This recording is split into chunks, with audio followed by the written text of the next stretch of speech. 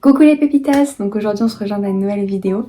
Donc ça va être mon bilan lecture depuis le début de l'année parce que je vous explique, moi je suis le genre de personne à parfois lire, on va dire, je lis 2 à 3 livres max par mois.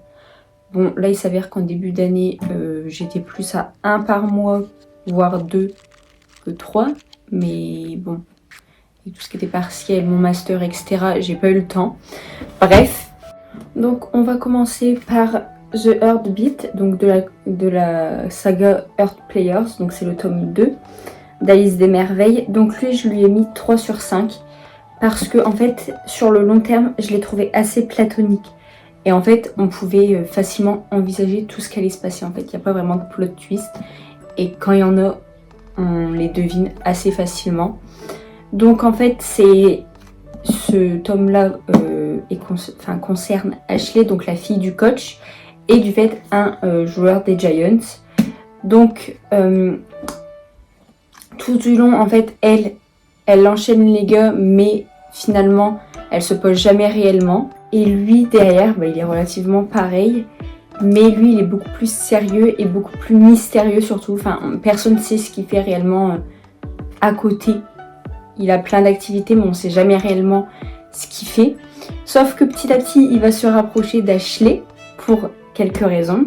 Donc je vous dis pas tout parce que sinon ça va tout vous spoiler. Donc pour quelques raisons. Elle, au départ, elle trouve ça louche. Sauf qu'au fur et à mesure, elle va oublier cette partie louche. Finalement, ils vont se rapprocher, etc. Bon, après, il va y avoir d'autres histoires à côté. Mais voilà, dans les grandes lignes, au moins, je ne vous spoile rien. Ce n'est pas mon but. De toute façon, je vous mettrai, je pense, là, le résumé de derrière. Au moins vous aurez tout ce qu'il faut. Donc il me semble qu'il faut... Enfin certes il y a encore des scènes, mais il n'y a aucun moment où ça m'a choquée. Après il faut savoir que je suis quelqu'un qui lit de la dark romance. Donc pour qu'une scène de smut me choque, il faut le faire. Pour l'instant, à part celle de l'ombre d'Adeline avec le pistolet, c'est le seul. Donc ensuite là c'était par contre un coup de cœur. Enfin en fait juste après avoir lu celui-ci, lui c'était incroyable. Donc lui je m'attendais à une dark romance. Ma pote m'avait dit fais gaffe c'est une dark romance, etc. En fait pas du tout. Quand je l'ai lu en fait c'était plus une romance universitaire.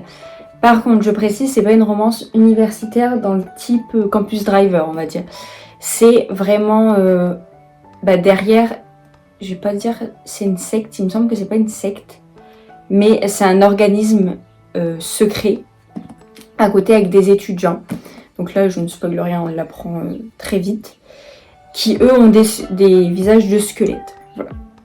Et donc, il y a aussi Skyler. Donc elle, c'est une nouvelle étudiante qui entre à Oxford. Donc elle, c'était son rêve. Elle avait rencontré un jour quelqu'un qui lui avait demandé où est-ce qu'elle voulait, etc. y aller. Elle avait dit Oxford, etc. Donc, on va dire, elle poursuit son rêve suite à son accident. Et décide d'aller à Oxford parce que c'est le seul truc dont elle se rappelle. Sinon elle se rappelle plus de rien il me semble. Et petit à petit ça lui reviendra, etc. Et elle va se rappeler de qui c'était, bref. Donc c'est Skyler et Stan. Et les deux ils font souvent des insomnies, etc. Donc en fait il y a beaucoup de moments où ils vont se retrouver la nuit, où ils vont se confier, etc. Et on va en apprendre beaucoup plus sur les personnages. Donc franchement, c'est ce livre, franchement coup de cœur. Il y a H24 des plot twists. Plot twists qui parfois on peut envisager, hein, je dis pas le contraire, mais il y en a, on ne devine pas. C'est incroyable. Par contre, petit point négatif, quand vous lisez, il faut surtout pas avoir les mains qui transpirent, donc ne lisez pas l'été.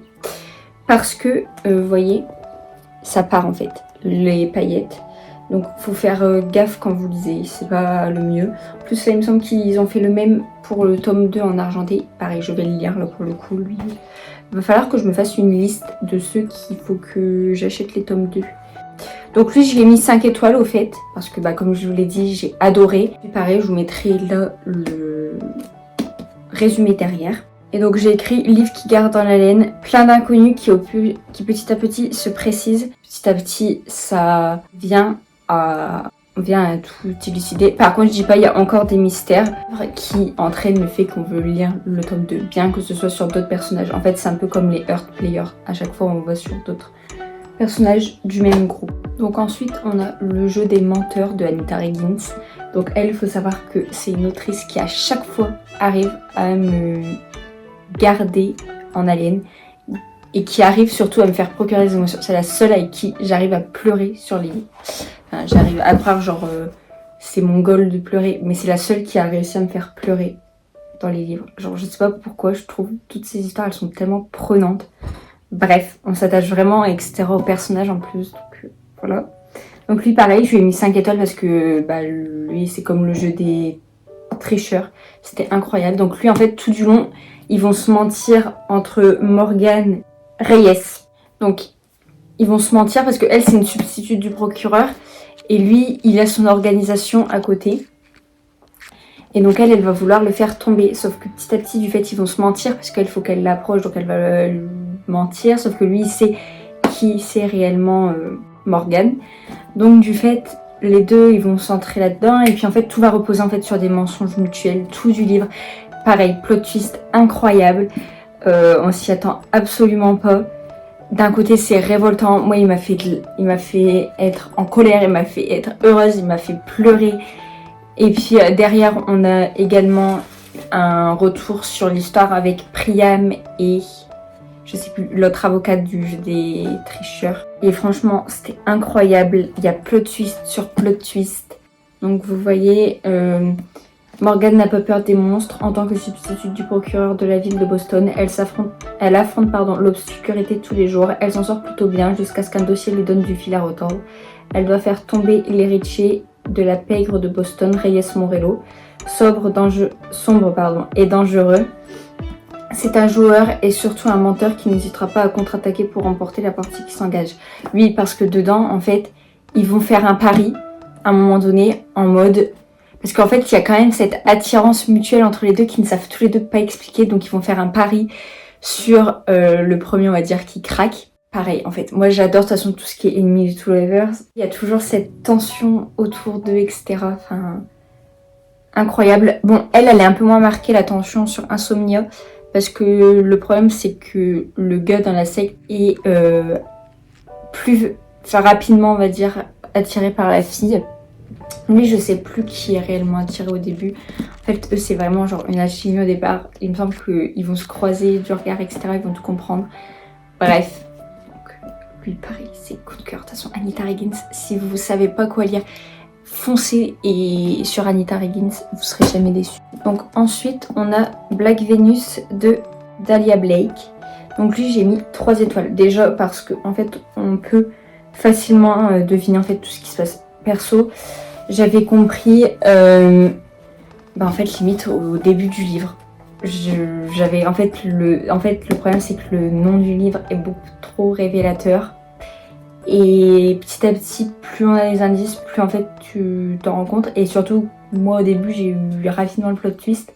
Donc en fait, rapidement, tous les indices qu'il y avait, je pouvais les assimiler. Donc en fait, je pouvais deviner les autres, etc. Voilà. Après, je me dis, il n'y a peut-être pas tout le monde qui va deviner. Mais si j'ai réussi à deviner, d'autres vont réussir également. Donc là, on suit Violet Baker. Donc elle, c'est une influenceuse le jour. Et la nuit, c'est plutôt... elle fait des cabarets, etc. Voilà. Mais il y a quand même une part de mystère autour d'elle. Après, il y a Ethan Legrand, donc lui, c'est un agent de la DGSE. Donc lui, c'est aussi Onyx, et il a également un autre prénom. Parce que Ethan, c'est son nom en tant que journaliste, donc celui qui interviewe Violet Baker. Onyx, c'est son nom d'agent à la DGSE, et il a un autre prénom. Pour lui, sa vraie personne. Et en fait, le fait que tout du long, on ne connaisse pas son vrai prénom, en fait, ça démontre bien le fait qu'en fait lui-même ne se connaît pas réellement parce qu'il n'a jamais pu se forger une personnalité parce qu'en fait il oscille tout le temps entre Onyx, donc l'agent, et son nom de couverture, je sais plus comment ils appellent ça, mais du fait il se perd réellement, il a des problèmes avec sa famille, etc. Violette, elle a du mal à faire confiance à cause de tout son entourage, etc. Et en fait, c'était le premier livre que je lisais qui avait un rapport avec l'influence, etc. Et c'est là que je me suis rendu compte que je n'aimais pas du tout les livres là-dessus parce que j'ai trouvé ça ennuyant. fort stéréotypé déjà. Et tout ce qui est agent de nuit, etc. Enfin, tout ce qui est DGSE. En fait, on en a très peu d'infos dessus. Certes, il y a une part, mais c'est plus déjà vers la fin. Et on n'a pas réellement les rouages, etc. Après, je peux l'entendre. Hein. C'est compliqué de faire un livre là-dessus dans le sens où c'est fermé, on va dire. Donc je peux le comprendre. Mais le problème, c'est que je trouve qu'on n'est pas assez du fait immergé. En fait, c'est trop cette fois-ci tourné vers la romance. Moi, vous voyez, j'aime bien quand il y a une part de romance, mais que derrière, il y a également une grosse intrigue. Là, en l'occurrence, j'en ai une de grosse intrigue, sauf qu'en fait, quand on a compris l'intrigue, bah, il n'y a plus réellement d'intérêt. Donc, lui m'a déclenché, par exemple, une panne de lecture. Lui, s'il y a d'autres tomes, je ne pense pas. Ah si, les légendes, il y en aura d'autres. Ah oui, parce qu'en fait, c'est des inspirés de faits réels, il me semble. Donc, du fait, elle met en avant toutes les femmes agents. Donc après, suite à cette panne de lecture, du fait que ça m'a déclenché, je crois pendant genre un mois après, j'ai plus lu du tout. Je me suis dit, vas-y, reprends un livre, on va dire simple à lire. Genre qui passe tout seul, vous voyez. Donc du coup, j'ai pris Un hiver pour te résister de Morgane Moncomble. Donc la saga Les Seasons. Donc lui, je l'ai mis 5 sur 5. Bon, je pense que ça serait plus 4,5 sur 5. Certes, lui, il n'y a pas réellement de plot twist, etc. Mais en fait, je pense que c'est ce qu'il me fallait au bon moment. Il me fallait un livre qui passe tout seul, vous voyez, qui n'ait pas réellement besoin d'intrigue, qui n'est pas... Certes, hein, il me semble qu'il y en a une, de toute façon, il y en a une dans tous les livres, c'est jamais que de la romance. Mais on va dire que c'est plus ou moins présent. Là, je savais que ça allait être fortement présent. Mais ça m'a pas dérangé. C'est une proximité forcée. Donc il faut savoir que j'adore les proximités forcées plus Enemy to Lovers. Vous voyez. Bon, là, attendez, je ne sais plus si c'est un Enemy to Lovers. Il me semble pas que ce soit un Enemy to Lovers. À un moment, ils vont en avoir marre l'un de l'autre, mais c'est pas réellement un ennemi. Vous voyez, il n'y a pas réellement de tension entre eux, etc. C'est plus, ouais, proximité forcée. Et du fait, voilà. Donc il y a Lily dedans qui veut à tout prix être médaille d'or pour avoir le nouveau record mondial, on va dire, d'Orion. Donc avoir un an plus tôt la première médaille d'or. À côté, il y a Orion qui lui ne veut plus patiner car il estime qu'il est maudit. Donc elle le veut en tant que binôme, mais lui ne veut pas parce qu'il est sûr qu'il va arriver un truc à cause de lui à Lily. Mais en fait, quand il se rend compte que finalement, plus il attache de l'importance aux malédictions, plus elles se produisent, eh ben, il va se rendre compte qu'il faut arrêter, qu'il faut relativiser, etc. En plus, il va leur arriver plein d'épreuves. Ce qui va, en fait, ces épreuves-là ne va faire que les rapprocher les deux. En fait, à chaque fois qu'il va y avoir une épreuve à franchir, et je parle pas des compétitions, là c'est vraiment des épreuves de la vie, à chaque fois on va voir que ils sont que les deux en fait, ils peuvent compter l'un sur l'autre et ils seront toujours là, vous voyez, peu importe les étapes, ils s'en fichent de ce qui leur est arrivé du moment qu'ils sont à deux. Au début ils vont pas s'en rendre compte, mais en fait nous en tant qu'extérieur on voit que petit à petit plus les étapes passent, plus eux se rapprochent en fait. Donc c'est là qu'on se dit oh bah c'est mignon, vous voyez, genre parce que ça voudrait dire que c'est un amour tellement sain, etc., qu'ils s'en fichent de ce qui leur arrive du moment qu'ils sont ensemble. Enfin, je trouve ça très doux, très sympathique à lire. Je l'ai pas lu en hiver, moi par contre. Je l'ai lu au mois de mai. Mais on va dire que c'était au moment où il pleuvait, etc. dehors, donc ça ne m'a pas tant dérangé. Donc non, franchement, je l'ai trouvé incroyable. Et lui m'a sorti ma panne de lecture pour le coup. Donc ensuite on a les Z. Wilson. Je sais, j'arrive après la guerre, mais je veux les lire en poche. Donc voilà. Et lui par contre, coup de cœur. Lui 5 sur 5 du fait, et coup de cœur, mais vraiment genre plus. J'adore l'univers, j'adore les personnages, j'adore les histoires de chacun, même s'il y en a qui sont plus ou moins ombragés. J'adore en fait, c'est vraiment genre le type de gang soudé, etc. Enfin, j'adore. Donc elle, en fait, c'est Avalon, donc Ava, qui se retrouve mêlée au Devilson parce que sa meilleure amie, son frère, c'est un membre des Devilson, donc elle est amenée à les côtoyer et elle va être repérée par le chef de gang qui va vouloir l'embaucher, on va dire. Mais elle sait pas réellement pourquoi, parce que finalement elle a jamais réellement eu d'histoire. Elle voulait faire sa petite vie universitaire tranquille, etc. Parce que toute sa vie elle avait été au chevet de sa mère parce que elle a un problème cardiaque, Avalon. Donc là elle s'est dit au moins je vais profiter, je vais pouvoir faire des soirées, etc. Je vais plus, on va dire, devoir épargner ma mère, elle sera pas au courant si je vais en soirée, si je bois de l'alcool, etc. Sauf qu'en fait derrière il va y avoir les Devilson qui vont la protéger parce qu'elle va rapidement intégrer le gang et personne ne sait réellement pourquoi, et quand ils le savent ils ne le disent pas en fait parce que ils préfèrent qu'elle l'apprenne par elle-même et qu'elle l'apprenne par le concerné, donc le chef de gang. Donc eux en fait à chaque fois ils se taisent. Et donc du fait, Avalon, elle a plein d'inconnus qui se rajoutent, et petit à petit on en connaît quelques-unes, mais il y en a d'autres derrière qui se rajoutent. De toute façon c'est un livre en plusieurs tomes, donc forcément on ne peut pas connaître toutes les intrigues là actuellement, sinon il n'y aurait aucun intérêt à lire le tome 2. Et petit à petit, ouais, ce qui s'est passé, on se dit ah, comment c'est pu se passer, etc. À la fin, plot twist de malade, donc là je suis en mode vite il me faut le tome 2, sauf que le problème c'est que je ne vais plus en ville, donc je ne peux pas aller l'acheter. Incroyable, petit à petit on apprend le passé de un peu tous les personnages. Enfin, et puis ils sont tellement soudés, il y a des moments plus fluides, etc. Enfin, et puis il n'y a pas que l'histoire entre Clark et Avalon. Enfin, franchement, j'adore. Elle se rapproche un peu de tout le monde et ça fait vraiment potes, vous voyez, comme vous et vos potes. Mais avec un truc en plus de ils sont prêts à tuer pour les uns pour les autres. Donc ensuite il y a The Devilson 1, donc d'Acacia Blake. Donc lui je lui ai mis 5 sur 5. Donc lui j'ai eu super peur parce que c'est une brique, hein, il me semble, qui fait 700 pages. Bon lui pareil, hein, c'est un poche. Et j'avais super peur qu'il y ait des longueurs, etc. Parce qu'en général, par exemple c'était pour Italienne et Russian Mafia.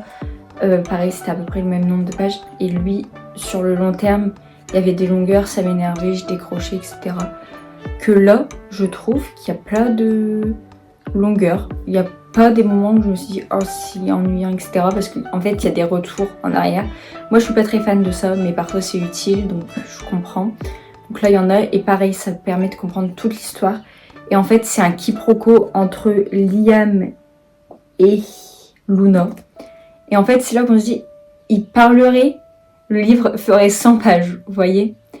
Mais le problème, c'est qu'il y a un sérieux problème de communication, de vengeance entre les deux.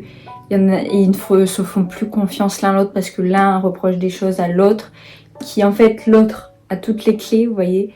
Enfin, c'est pas de sa faute à Luna, et Liam, à l'inverse, il va se reprocher par la suite des choses parce qu'il va se dire j'aurais pu arranger, etc. certaines choses qui se sont passées par le passé du fait. Et en fait, ils vont se rendre compte qu'ils ont perdu tellement d'années avec un manque de communication qui aurait pu rapidement en fait être arrangé. Donc voilà, et j'avais peur qu'en fait ce livre, vous voyez, ça fasse un coup ils sont ensemble, un coup ils sont plus ensemble, un coup ils sont ensemble, un coup ils sont plus ensemble. Le genre de truc que je n'aime pas du tout. Et en fait là, pas du tout. Petit à petit ils se rapprochent, donc ils se retrouvent comme avant. Sauf qu'après ils s'éloignent parce que ils interprètent mal des choses. Et après ils s'expliquent réellement ce qui s'est passé, etc. des deux côtés. Et là pour le coup tout s'arrange. Sauf que derrière il y a un autre plot twist qui fait intervenir une autre personne. Parce que forcément il y a une histoire à côté. L'histoire forcément de leur tourment à tous les deux, parce que finalement tout ça arrivait le même jour, pour lui comme pour elle. Et ça vient refaire surface ce passé-là, avec certaines personnes. Et là en fait, ils n'ont pas le temps de réagir, parce que là c'est la fin du tome, donc pareil, c'est en suspens. Là par contre, pour le coup, j'ai le tome 2, donc pour le coup, je pense que je vais le lire en vacances. Mais non, ça se lit vraiment tout seul. Je pourrais pas dire que ce soit vraiment un livre d'été. On peut le lire en été, mais on peut le lire, je pense, aussi au printemps et en automne. Par contre, peut-être moins en hiver. Moi, après, en hiver, je suis très dark romance. Donc, voilà. Mais Non, franchement, il se lit bien. Et en fait, tout a de l'importance, on va dire. Vous voyez, à chaque fois, de toute façon, moi, je suis le type de personne à mettre des petits post-it. Et non, enfin, en fait, le plot twist, je l'ai vu à un moment donné arriver. Sauf que je me suis dit, c'est pas possible. Et donc, je me suis dit, hop, on le passe, vous voyez. Et en fait, il s'avérait que ce plot twist fut le bon. Voilà. Mais non, franchement, il m'a gardé en haleine tout le long, etc. Pareil, je l'ai pas lu en beaucoup de temps. Faut savoir que moi, j'évalue beaucoup ça, en fait, à un livre. C'est que si j'arrive à le lire rapidement sans me forcer, c'est que je l'aime bien. Par contre, s'il y a un livre où je me dis, vous voyez, je lis chapitre par chapitre, un peu tous les jours, etc. Là, je me dis, bon, lui, c'est moins un coup de cœur, vous voyez. Pourtant, lui, au début, pareil, j'ai galéré à accrocher, etc. Mais en fait, il y a un long moment d'accroche et après, une fois qu'on est dedans, c'est bon. Et ensuite, pour finir, j'ai Un printemps pour te succomber de Morgane Moncomble, toujours. Donc lui, pareil, je lui ai mis 5 sur 5. Lui, plot twist, incroyable. Je l'ai vu arriver, je crois, 2 chapitres avant, donc pas énorme, sachant que je pense qu'elle l'avait fait exprès pour que là, on se pose les questions, vous voyez. Donc là, c'est Nolia et Camille. Donc, finalement, pareil, on va avoir des nouvelles des autres filles, des autres tomes. Bon, ça a pas beaucoup d'importance à chaque fois, je trouve, dans les livres. Enfin, franchement, je trouve. Certes, ça rajoute un truc à leur amitié, etc. Parce qu'on voit tous les moments qu'elles franchissent ensemble, etc. Mais finalement, il n'y a pas de réelle suite, vous voyez. Enfin, je pense que vous pouvez les lire indépendamment. Et donc, du fait, je disais, Magnolia, elle vient d'une famille assez fortunée. Camille, lui, a créé sa boîte, etc. Donc, pour certaines causes, il s'en fiche un peu, lui, par contre, de l'argent. Parce que l'argent, il le reverse à certaines associations. Donc, pareil, vous le saurez pourquoi dans le livre, etc. Et à qui.